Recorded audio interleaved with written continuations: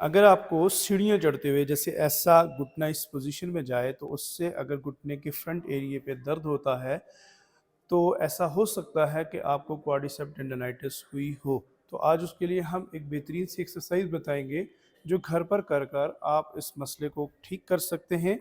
तो उसके लिए ज़रूरी ये है कि आप इस सीधे पोजीशन में लेट जाएंगे और लेट के घुटने के नीचे इसी तरह एक पिल्लो को रख लेंगे और घुटने से इस पिल्लो को नीचे प्रेस करेंगे। प्रेस करें जी। जब प्रेस करेंगे तो 5 सेकंड के लिए इस पोजीशन में होल्ड करना है, देन रिलैक्स कर देना है।